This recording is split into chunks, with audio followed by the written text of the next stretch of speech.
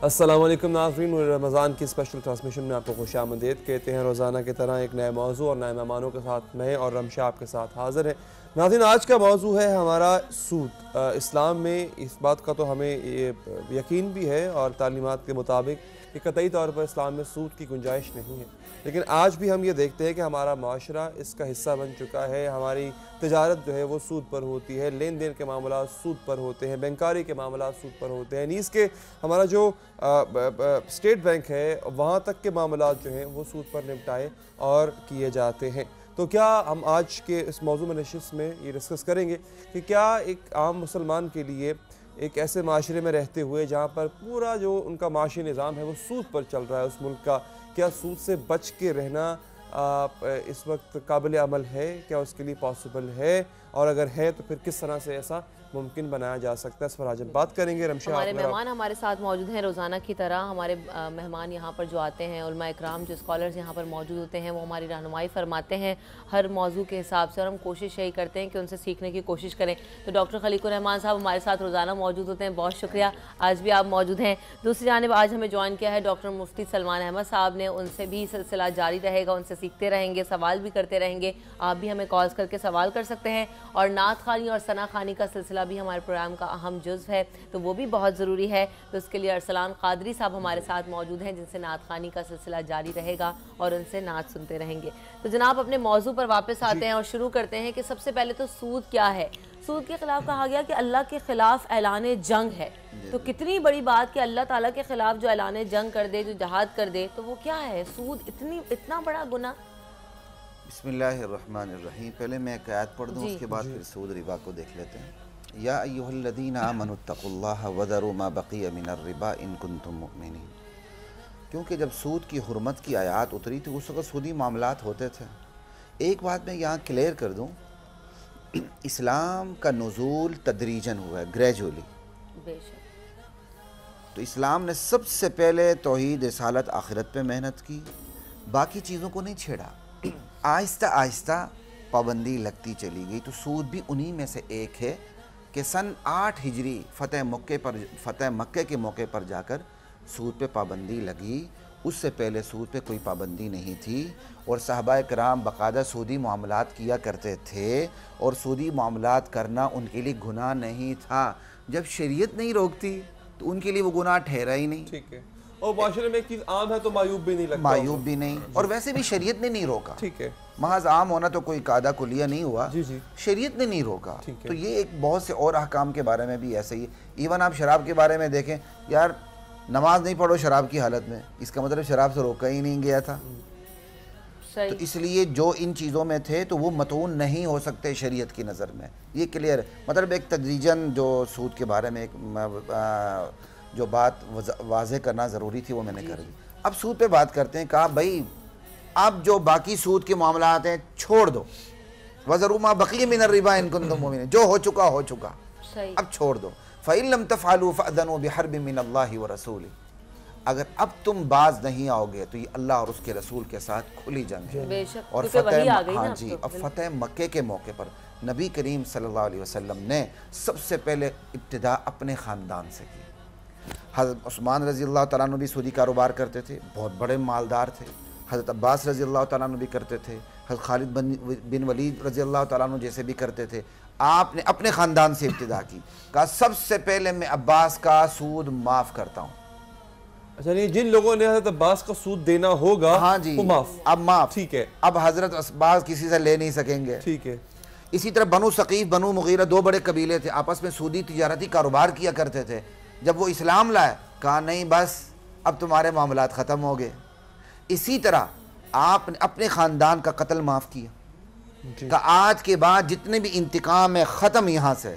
का सबसे पहले मैं अपने ख़ानदान का कत्ल माफ़। हज़रत हमज़ा का कत्ल माफ़ हुआ? वो नहीं, वो तो जंग में था ना। अच्छा, ठीक है, गालिबन हज़रत रबिया थे, ऐसा कोई। अच्छा, उससे पहले के मामला। जी जी जी जी। तो कहा ख़त्म। अब आते हैं सूद क्या है। सूद दरअसल एक उर्दू का लफ्ज़ है, अरबी में इसके लिए रिबा लफ्ज़ इस्तेमाल होता है। रिबा के लफ्ज़ में बहुत वुसात है जो सूद में नहीं है। अच्छा, हाँ जी, सूद का लफ्ज़ के अंदर बड़ी तंग दामनी है। ठीक है, तभी हम उसके बाहर जो है उसकी बाहर की फील्ड में खेल जाते हैं। तो रिबा के अंदर बड़ी वुसात है जी। ये बात याद रखें। रिबा के लिटरल मीनिंग है ज़्यादती, इजाफा। अच्छा। इसके टेक्निकल मीनिंग है कुल्लु ज़ियादतिन ला युक़ाबिलुहा इवज़, हर वो इजाफा जिसके मुकाबले में कोई माली मुआवजा ना हो। ये एक टेक्निकल इसकी डेफिनेशन है, हर वो इजाफा जिसके मुकाबले में कोई माली इजाफा ना हो। अब अरब के अंदर जो सूद की शक्ल थी वही सूद की शक्ल आज हमारे मुआशरे में है। यानी अरब जिसको रिबा समझता था, हम भी सिर्फ उसी को सूद समझते हैं। अरब रिबा किसे समझता था? किसी को कर्ज देकर जायद पैसे ले लेना, ये सूद था। ठीक है। सूद की सिर्फ यही शक्ल हमारे यहाँ भी है, ज्यादा है लेकिन हम सिर्फ इसी को समझते हैं। ठीक है कि कर्ज देकर पैसे ले लेना।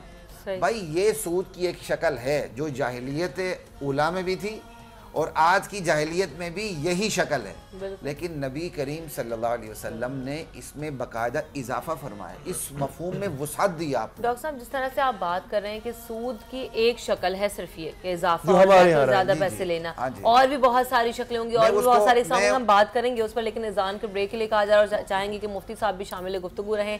तो अजान का ब्रेक है जनाब, अजान असर के बाद हाजिर होते हैं।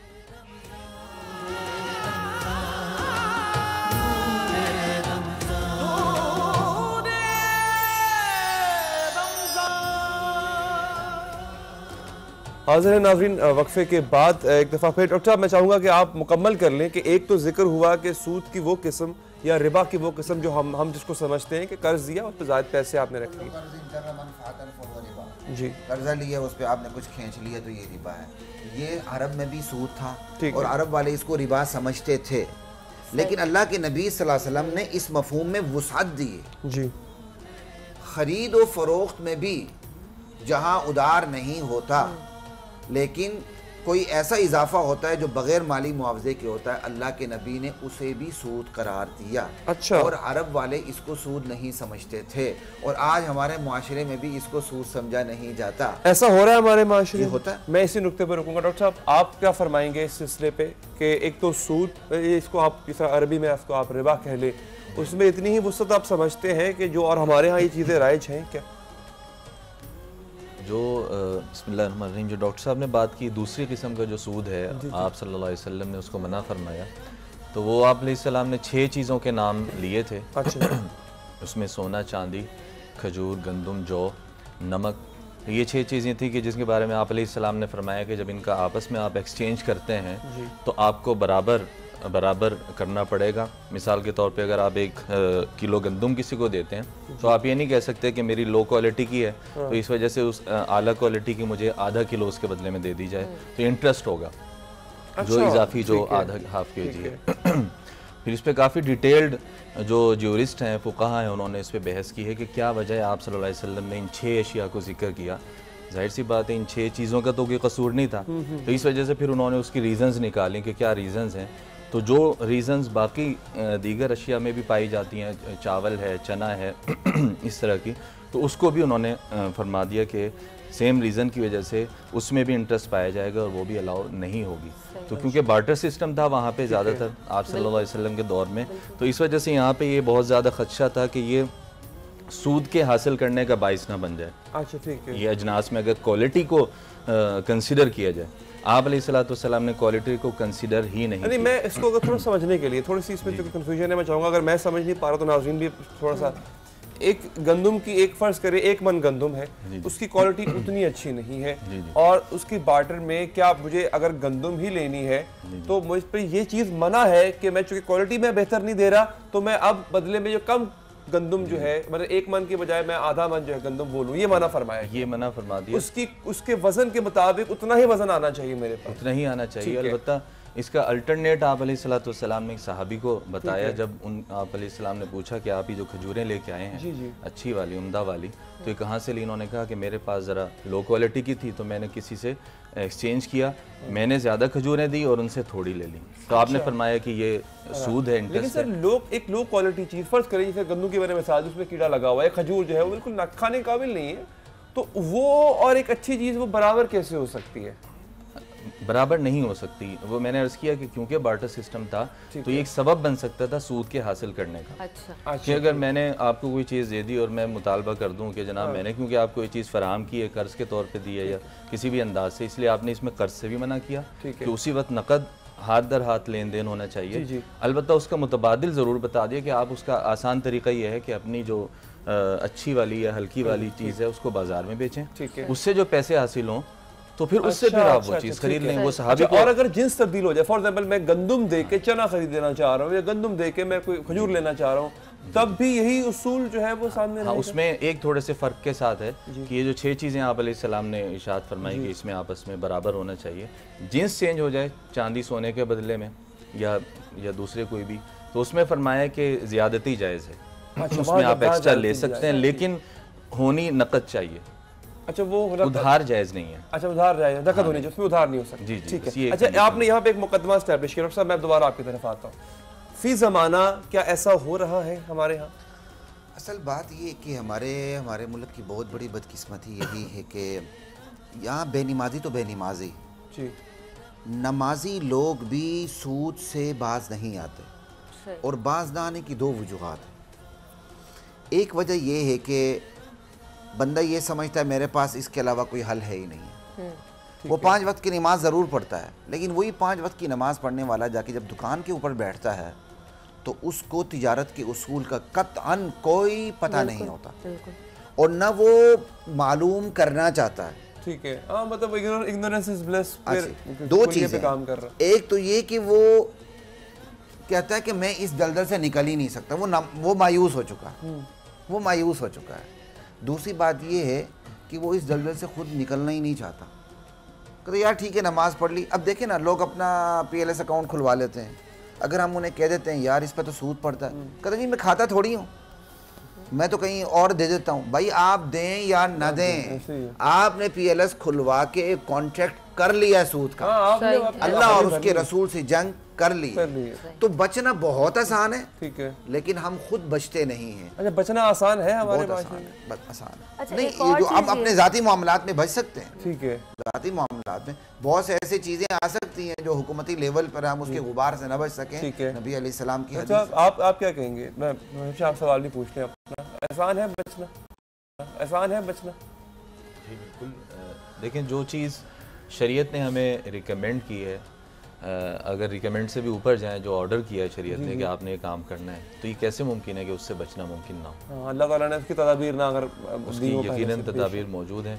तो इसी वजह से पहले बहुत से लोग ये बात करते थे कि अगर हम बैंकों से मामला करते हैं तो उसमें इंटरेस्ट बेस्ड कन्वेंशनल जो बैंक हैं, सूदी बैंक हैं, तो हमारी तो मजबूरी है वगैरह वगैरह। अगरचे मजबूरी वहाँ भी नहीं थी। मैं ज़ाती तौर पे बहुत से ऐसे लोगों को जानता हूँ कि जिनका अरबों में कारोबार है और करंट अकाउंट लेकिन चला रहे हैं। जी, बैंकों से उनका कोई सूद लेन का ताल्लुक नहीं है, और अल्लाह ताला उनके कारोबार में इजाफा ही करते चले जा रहे हैं। ये सामने की चीज़ बात हलाल और रिस्क के हलाल की बात है। अब मैं एक और सवाल ये करना चाहती हूँ कि देखिए, नियत का बहुत बड़ा दारोमदार है हमारे हर फेल के अंदर।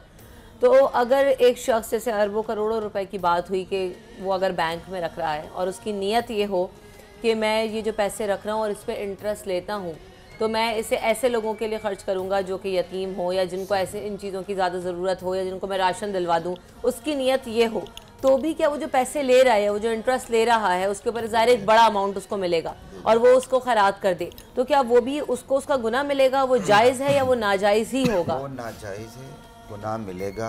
देखें, नीयत से कोई गुनाह नेकी में तब्दील नहीं होता। सही। अगर आपकी मंजिल मकसूद दुरुस्त है, उसके लिए रास्ता भी दुरुस्त अपनाना होगा।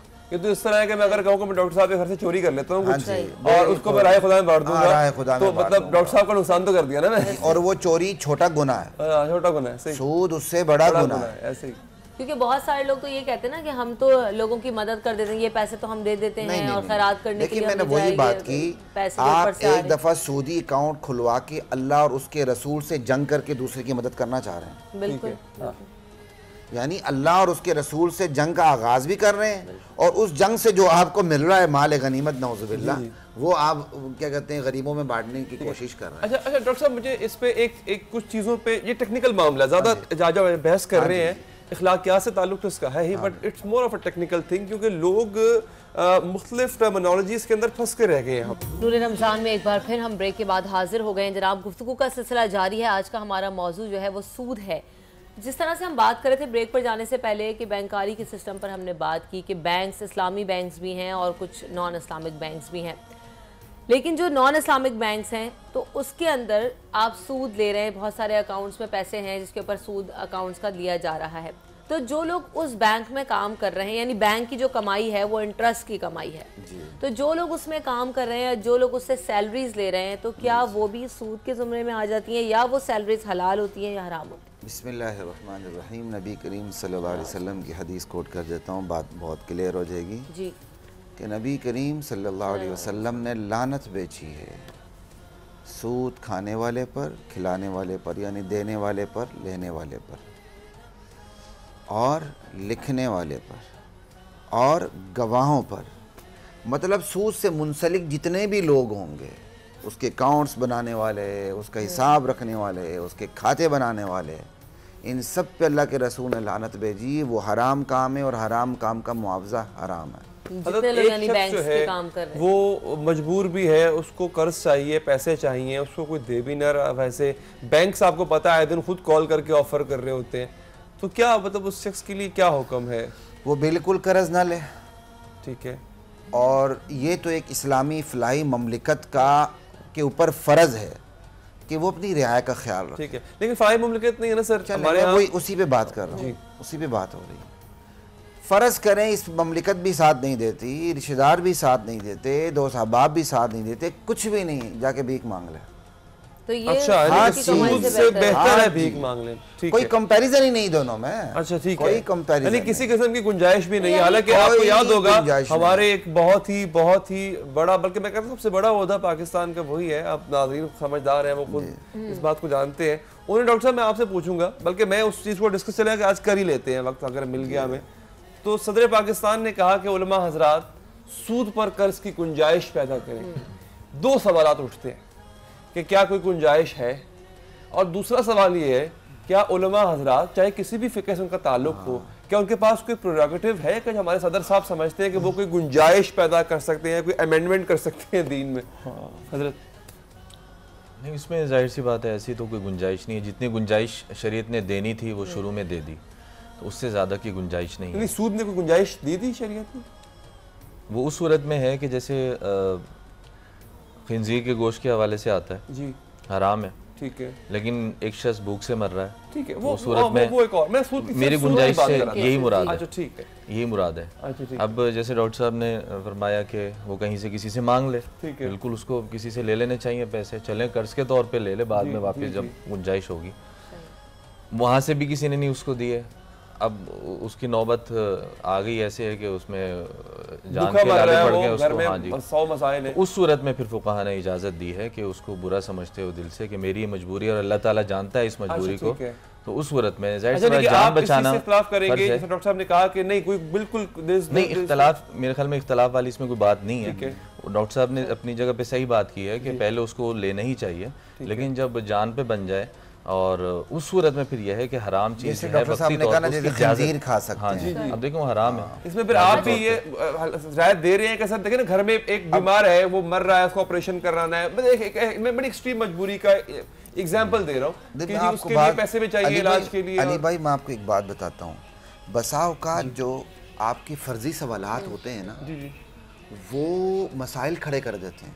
अच्छा हमारे फर्जी सवाल। हाँ अच्छा, लेकिन सर ये नहीं, मैं आपको बता रहा हूँ सोसाइटी में देखते हैं अब नहीं, आप तो बहुत अच्छा मतलब ले लेंगे, अगले ने पूरी गुंजाइश निकाल लेनी है जी। हमने 24 पे मुफ्ती साहब को सुना था, उन्होंने कहा था मजबूरी हो तो आप बैंक से कर्जा ले लें। अच्छा ठीक है, असल बात ये होती है। ठीक है, मुफ्ती साहब के कहने का मतलब ये है जिस तरह सूर खा सकते हैं, बिल्कुल मतलब आप मरने की हालत पर हैं, और इसी तरह आप यानी कोई इस तरह ऊपर नीचे कुछ कर लें तो कोई गुंजाइश निकलती, वो भी आप मर रहे हैं और उसके अलावा कोई चाराकार। तो इतना रेयर केस होता है जो बसा औकात वो उसका वजूद ही नहीं होता, चीज़ एग्जिस्ट ही नहीं करती। लेकिन जब हम उसको एक मसले की सूरत में लाके बनाते हैं ना तो सुनने वालों के अच्छा खलील साहब, एक बड़ी कॉमन चीज, इसी वजह से सदर पाकिस्तान ने कहा, एक बड़ी कॉमन चीज़ हम अपने माशरे में आजकल देख रहे हैं कि जो पेंशन्स के पैसे होते हैं वो कौमी बचत बैंक में जो बुजुर्ग हजरात हैं वो जमा करा लिया करते हैं ताकि उसके ऊपर उनको जो थोड़े पैसे एक्स्ट्रा भी मिल जाते हैं और उनकी पेंशन भी आ जाती है। क्योंकि उनका कोई सोर्स ऑफ इनकम नहीं है उसके बाद, और वो घर भी चला रहे हैं, घर में ज़रूरत भी है, तो फिर उसके बारे में क्या हुक्म है? क्या वो जायज़ है क्योंकि उनका सोर्स ऑफ इनकम भी नहीं है अब, और वो बुजुर्ग भी हैं, आप कोई नौकरी भी नहीं कर सकते? पहली बात नाजायज़ है। दूसरी बात, बहुत सी चीज़ों का ताल्लुक आपकी ममलिकत से है। ममलिकत बुजुर्गों के लिए बंदोबस्त क्यों नहीं करती? एक चीज़ वो ख़राब करे, सोल्यूशन के लिए वो लोगों को हमारे पास भेजे। ठीक है, देखें इस्लाम एक गुलदस्ते का नाम है। हाँ जी, इस्लाम एक गुलदस्ता है जी। उसमें माशियात भी है, मुआशरत भी है, समाजियात भी है, सियासियात भी है, तमाम चीज़ें हैं।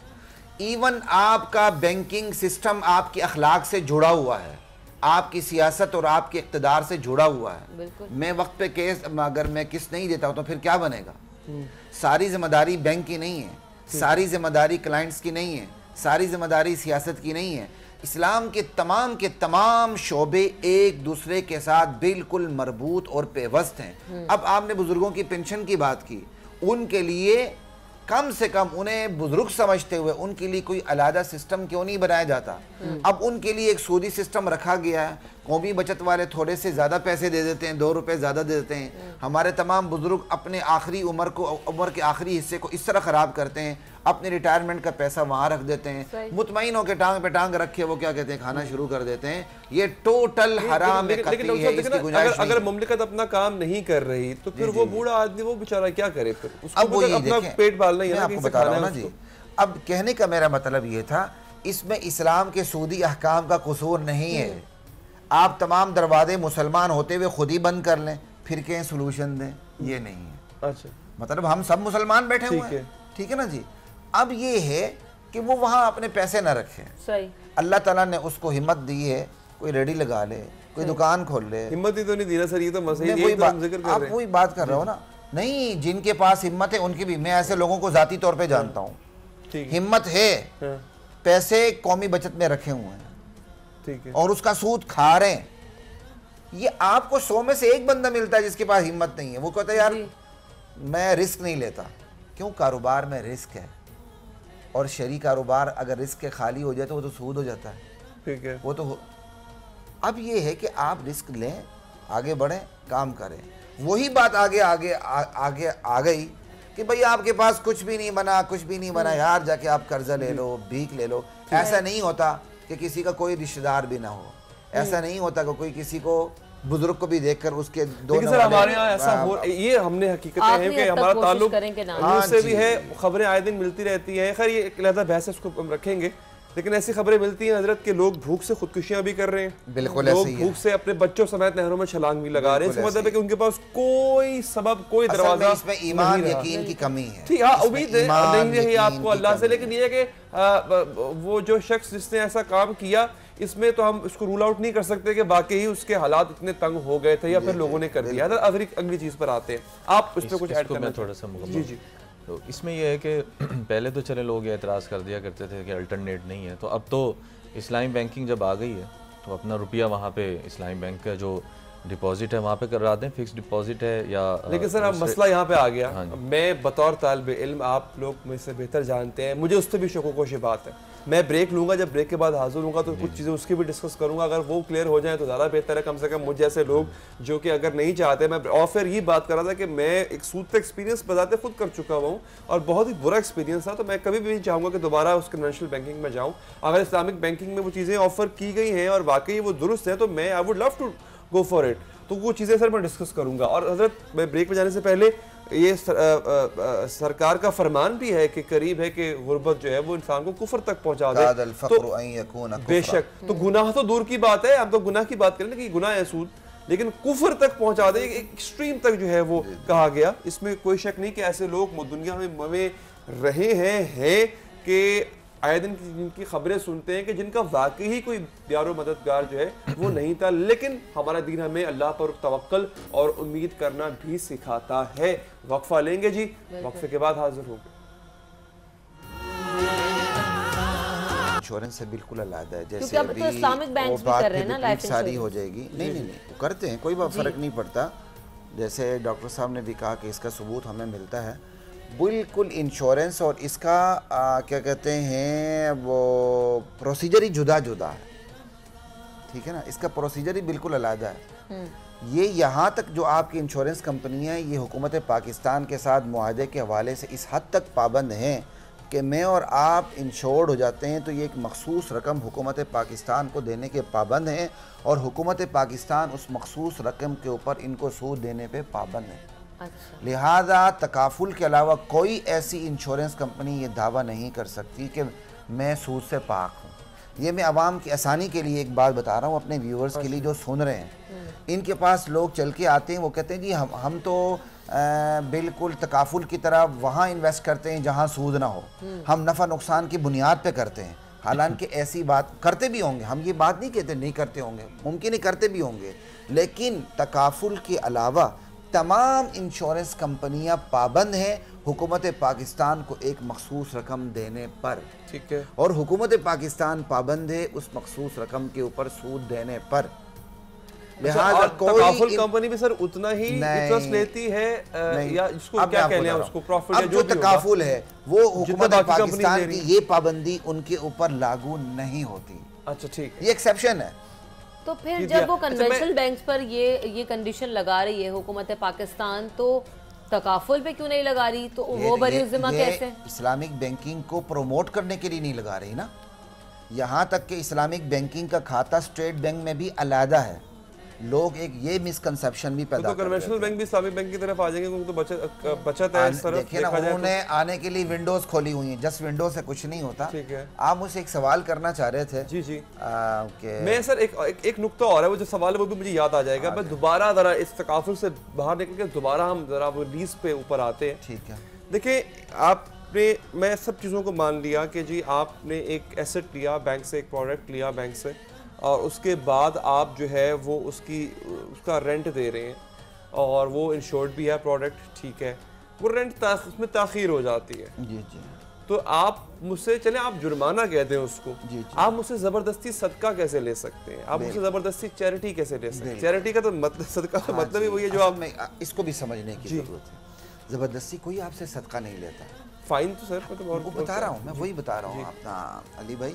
बात ये है, इबादात के अंदर जो हमारे मसालिक होते हैं ना, वो एक दूसरे के साथ उनको मदद लेने की ज़रूरत नहीं होती। जहाँ तक मामलात की बात आ जाती है, फिर ये एक दूसरे के साथ ताउन करते हैं। जैसे अहले सुन्नत के 4 बड़े फ़िक़ी इस वक्त, 4 से ज़्यादा हैं, बहुत ज़्यादा हैं, लेकिन इस वक्त 4 ज़्यादा मशहूर हैं, हनफी, मालिकी, शाफ़ी, हम्बली।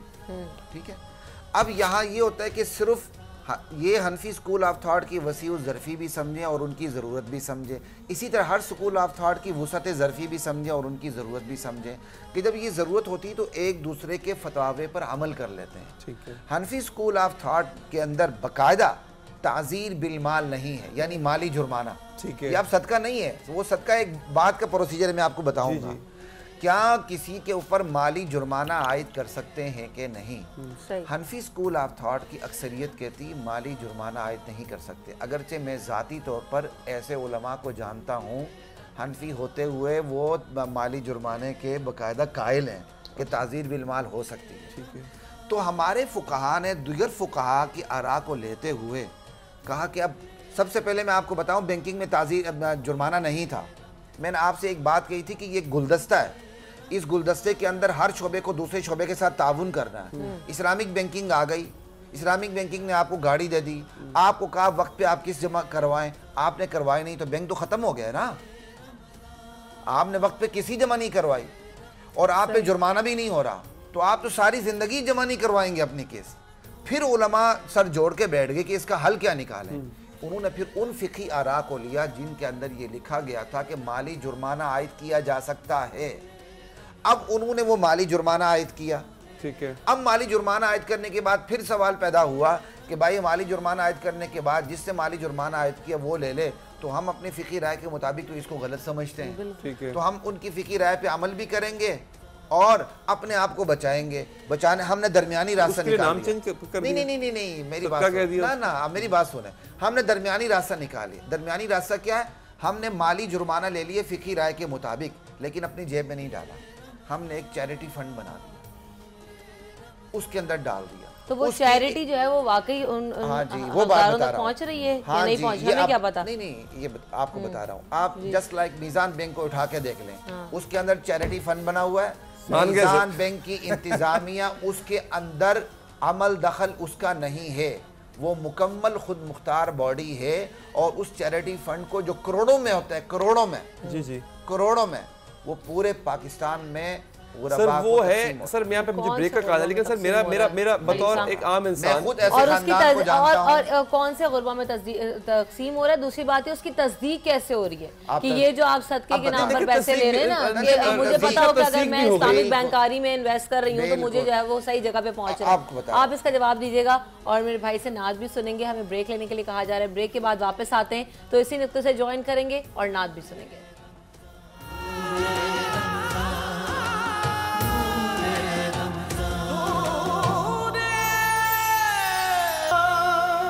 नूर रमज़ान में हम एक बार फिर हाजिर हैं ब्रेक के बाद। जनाब आज का हमारा मौजू सूद पर हमने गुफ्तगू की। अब वक्त बहुत कलील रह गया हमारे पास और कोशिश करेंगे कि सूद को हमने देखा तो कि बहुत बड़ा अजाब है, हमें नहीं करना चाहिए, नहीं मानना चाहिए और जिस तरह से बच सकते हैं बचें। और इसको हम किस तरह से समेट सकते हैं अपनी ज़िंदगियों से, इसको कैसे निकाल दें। बहुत ही आम प्रैक्टिस है, छोटी छोटी चीज़ों में हम जो है सूद का सहारा ले लेते हैं ताकि हमारी जो ज़रूरियात ज़िंदगी हैं वो पूरी होते रहें। तो कैसे हम उनसे छुटकारा पाएँ। दूसरी बात ये कि कितना बड़ा अजाब है हमारे लोगों को जाते जाते, ये भी बताते चाहिए। बिस्मिल्लाहिर्रहमानिर्रहीम। सबसे पहली बात तो ये कनाअत इख्तियार करें, खौफ खुदा पैदा करें। जब तक दिलों में अल्लाह का खौफ पैदा नहीं होगा और अल्लाह के अहकाम की अज़मत दिल में नहीं बैठेगी, उस वक़्त तक सूद क्या किसी भी हराम से बचना नामुमकिन है ना जी। जहाँ तक बात है, हम सूद पे बात कर रहे थे, सूद के गुनाह के हवाले से एक बात याद रखें। हदीस में आता है सूद की एक अदना सी मिकदार अपनी हकीकी माँ से जिना करने से ज़्यादा बदतरीन गुनाह है इसका। सही, बिल्कुल। हदीस में है सूद का एक दिरहम 33 मरतबा जिना करने से ज़्यादा गुनाह है। हदीस में है कि सूद का एक दिरहम 36 मरतबा जिना करने से ज़्यादा गुनाह है। 36 हो के 136 हो। लेकिन जब सरकार दो आलम सल्लल्लाहु अलैहि वसल्लम ने इरशाद फरमा दिया सूद की छोटी सी मिकदार भी खाना अपनी माँ से जिना करने से ज़्यादा गुनाह है, तो बच क्या गया फिर। और ये क़यामत की निशानियों में से है कि उम्मत में सूद, जिना, शराब, ये तीनों चीज़ें फैल जाएंगी। और हज़रत अली रज़ी अल्लाह तआला अन्हु से भी कौल है, जब अल्लाह का अज़ाब आता है तो उससे पहले कौम में सूद फैल चुका हुआ होता है।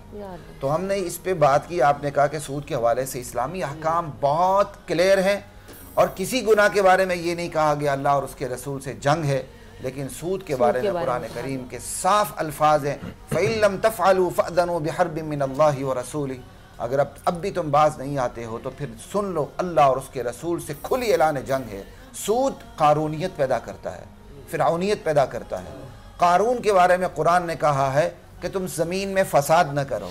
आज की दुनिया बहुत अच्छी तरह जानती है कि एक माशी माहिर दुनिया में फसाद पैदा करना चाहे तो किस लेवल पे जाके, और वही किया हुआ है, वही किया हुआ है। हमारा पूरा मुआशरा सूद में लथपथ है। भीख मांग लें, अपनी अना कुर्बान कर दें, कर्ज ले लें, पत्थर कूट लें, अल्लाह मुझे और आपको इम्तिहान से बचाए, लेकिन सूद का एक जर्रा मेरे और आपके मैदे में ना जाए। बस डॉक्टर साहब, मैं आखिर में ये पूछना चाहूँगा आपसे कि हमारे पास बैंकिंग के हवाले से, लीजिंग के हवाले से, लोन के मतलब नीज़ के हर चीज़ के बारे में फतावा मौजूद हैं, फतवे मौजूद हैं। उस पर उलमाए कराम ने, मुफ्ती हजरात ने सरासल बहस की हुई है। एक आम आदमी जो इतना, मैं समझता हूँ कि अगर वो पढ़ा लिखा हो भी तब भी जो फतवों की जो ज़ुबान है या जो उसके पीछे स्ट्रेटजी है उसको समझ नहीं सकता, उसके लिए ख़ास इल्म होना ज़रूरी है। तो क्या अब उस पर मैं चाहूँगा आप इस पर बताइए, गाइड कीजिए, क्या एक शख्स जो है वो इन फतवों पर आँख बंद करके यकीन कर ले या फिर उनका पहले समझना उसके लिए ज़रूरी है? सर और उसको समझ भी कर दीजिएगा जी जी मौजू को। फतावा का समझना तो ज़रूरी नहीं है, इसलिए कि मौजू भी ऐसा है, कॉम्प्लिकेटेड है। ठीक है। उसमें सबसे मुनासिब जो राय है वो ये है कि जिस आलिम पे, मुस्तनद आलिम पे एतमाद है, उनकी राय को फॉलो किया जाए। ठीक है। जो उलमा अगर ये समझते हैं कि सूद का तो डॉक्टर साहब ने क्लियर कर दिया, मैं उसकी बात नहीं कर रहा, ये जो आप इस्लामी बैंकारी के हवाले से पूछ रहे हैं मैं उसके हवाले से अर्ज़ कर रहा हूँ। तो जो उलमा इसको जायज़ कह रहे हैं तो जिनको उन पे एतमाद है उनकी राय को फॉलो किया जाए। अगर बाज़ उलमा ऐसे हैं जो इसको नाजायज़ कह रहे हैं ठीक है, अगर आप उन पे एतमाद करते हैं तो उनको कल को फॉलो अगर कर लें। किसी ने गुंजाइश पैदा कर दी जिससे कि कहा गया सदर पाकिस्तान ने, तो फिर उनको भी यकीन कर ले, फिर उन पे भी मुझे पता है ऐसा होगा नहीं, डेफिनेटली ऐसा नहीं होगा। उलमा अगर ऐसा होता मुमकिन तो जो PLS सिस्टम है जो 1979 में इसको किया गया शुरू, तो वही उलमा है तो इस्लामी बैंकिंग की हिमायत में है, लेकिन वही उलमा उस PLS सिस्टम की मुखालफत कर रहे हैं। क्यों? इसलिए कि वो कुरान और हदीस के खिलाफ है और वो सूद की कैटेगरी के अंदर आ जाता था, इस वजह से उसकी मुखालफत करते हैं। तो अल्हम्दुलिल्लाह अल्लाह ताला ने बहुत सारे रास्ते रखे हैं। कानून की बात की तो ग्लैमराइज और ये चीज़ तो बड़ी महसूस होती है, लेकिन कानून के हवाले से भी आता है कुरान में कि उसको भी जब वो लोग बाज नासमझ लोग देखते थे तो कहते थे काश ये ऐसा मालो दौलत हमारे पास भी आ जाए, लेकिन जब उसको अल्लाह ने उसी मालो दौलत समेत धसा दिया तो वो कहने लगे कि अल्लाह का शुक्र है कि अल्लाह ताला ने किस किस्म की दौलत से हमें। मैं आप दोनों हज़रात का तहे दिल से शुक्रगुजार हूँ, आपने वक्त निकाला और हम आगे भी जो है इसी मौजू पर या आगे इस तरह के मिलते जुलते मौजू पर बात करते रहेंगे। मैं एक चीज़ आखिर में सर कहना चाहूँगा, कर्ज हो या कर्ज वैसे भी खैर कहा गया कि अवॉइड करना चाहिए। हजरत अली से जो है वो वाक़या मंसूब है कि वो एक बाज़ार में जा रहे थे तो एक शख्स बड़ी उम्दा और बड़ी अच्छी ग़िज़ा खजूर जो है वो बेच रहा था, तो उसने सौदा लगाई कि अली आप खजूर बहुत उम्दा है, खजूर ले लीजिए। तो हजरत अली ने कहा कि मेरे पास पैसे नहीं है कि मैं तुम्हें खजूर के दे सकूँ। तो उस शख्स ने कहा कि आप उधार कर लें और बाद में दे दीजिएगा, कर्ज है मेरी तरफ से ले लीजिएगा। तो आपने फरमाया कि ये कर्ज क्यों ना मैं अपने पेट से कर लूँ, ये उधार क्यों ना मैं आज अपने पेट से कर लूं। मैं अपने पेट का अगर उधार कर लूंगा तो मुझे चुकाने की जरूरत नहीं है, लेकिन अगर मैं तुझसे उधार ले लूंगा तो मैं तेरा मकरूज हो जाऊंगा। और कर्ज लेने के बारे में सरकार ने भी इरशाद फरमाया मुख्तलिफ जगहों पर कि कोशिश किया जाए कि कर्ज जो है वो ना लिया जाए, बहुत जरूरत हो तो कर्ज की तरफ आप आगे बढ़े। वक्फा ले लीजिए, वक्फा लेते हैं, जिसके बाद वापस आएंगे तो आसिफ अली संतू खान साहब हमारे साथ मौजूद हैं, उनके हमनवा मौजूद हैं, तो जनाब को एक कव्वाली भी सुनेंगे उनसे। तो ब्रेक के बाद हाजिर।